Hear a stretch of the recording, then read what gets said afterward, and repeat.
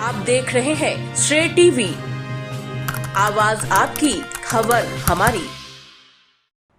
आपदा और विपदा का कारण प्रकृति नहीं है, ये बहता हुआ पानी नहीं है, ये भगवती है, ये साधना की जननी है। संसार में कितने भी बड़े देवता क्यों ना हो, वे भगवान ही क्यों ना हो, वे हमारी माँ के बराबर नहीं हो सकते। आचार्य श्री रविकांत जी शास्त्री नगर के मुकाती परिवार द्वारा आयोजित सप्तद्वीय माँ नर्मदा चिंतन सप्ताह में चौथे दिवस की कथा। गुरुदेव ने बताया, हमने दादा दादी के एक समूह में रूप में यह भी देखा है कि माँ हमें कैसे खाना खिलाती है।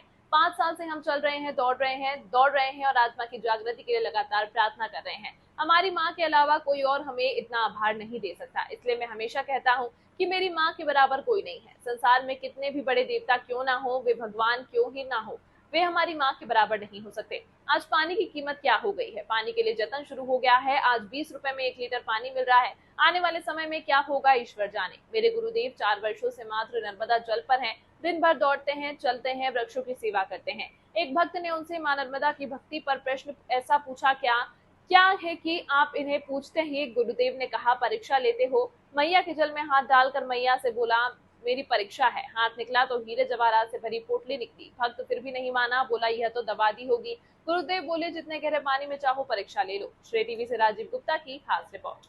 तमाम महत्वपूर्ण खबरों के लिए देखते रहिए श्रेय टीवी। ये कलश यात्रा इसके पहले कहाँ निकली और इसके बारे में जानकारी दीजिए। ये विश्व की पहली ऐसी यात्रा है जहाँ कलशों में जल नहीं बल्कि हमने वृक्ष रखा है। इसका कारण ये है कि माँ आद्य शक्ति भुवनेश्वरी है, जगन माता है। जब तक ये पेड़ और पहाड़ नहीं रहेंगे तब तक माँ नर्मदा का संरक्षण संभव नहीं है। जल का संरक्षण, जल को धारण करने वाले ये पेड़, ये पहाड़ ही हैं। यही जल का संरक्षण कर सकते हैं। अगर पेड़ नहीं होंगे तो जल का संरक्षण नहीं होगा। और ये वृक्ष कलश यात्रा का सबसे बड़ा संदेश श्रद्धेय दादा गुरु कहते हैं कि हमने यात्रा में देवों को चलते हुए खूब देखा है, लेकिन पीपल साक्षात नारायण है। तो ये एक ऐसी पहली यात्रा है जिस कलश यात्रा में स्वयं नारायण चले हैं, कलश में, जल कलश यात्रा के साथ। इससे यह संदेश दुनिया में देना चाहते हैं कि हमारी सनातनी परंपरा केवल कलशों में जल लेकर चलने की नहीं है, बल्कि जल को संरक्षित करने वाले वृक्षों को लेकर चलने की परंपरा है। और आने वाले समय में ये सारा विश्व इसका अनुकरण अवश्य करेगा, क्योंकि अब आवश्यकता है जल के संरक्षण की। अब केवल जल की पूजा करने से काम नहीं बनेगा, जल का संरक्षण करने से काम होगा। दादा गुरु के बारे में बताइए। श्रद्धेय दादा गुरु माँ नर्मदा की जीवंतता और प्रामाणिकता के लिए लगभग 5 वर्षों से किसी भी प्रकार का अन्न, आहार, द्रव्य, दूध, जूस, फल इत्यादि कुछ नहीं लेते हैं। केवल माँ नर्मदा के जल को ही आहार बना करके, और वो विगत 3 वर्षों से माँ नर्मदा की पैदल परिक्रमा कर रहे हैं।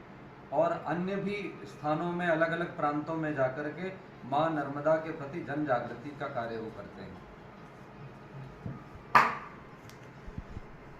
नारायण अपनी प्रतिज्ञा तोड़ रहा है। अगर वो किसी की चक्की चला रहा है तो वो प्रदर्शन नहीं हो सकता। अगर किसी के झूठे बेर खा रहा है तो वो प्रदर्शन नहीं हो सकता, वो दर्शन ही होगा। मंत्र मूलम गुरोर वाक्यम। शिवरी को राम भक्ति से मिले क्या? रामचरितमानस सब पढ़ते हैं, भक्ति मान मिले। दुनिया के एकमात्र भक्त जिसको राम पहले मिले फिर भक्ति मिले। भगवान आ गए फिर भक्ति दिया, उसको बताया प्रथम भगति संतन कर संगा, नवोदय दर्शन दिया। क्यों? तू तैयारी कर, राम आएंगे। वो तैयारी में लग गई, एक भी प्रश्न नहीं किया। सनातन में कभी तर्क मत करो, पढ़ो। आपदा विपदा प्रलय देख रहे हैं ना, ये इसी बात का परिणाम है, रूढ़िवादी।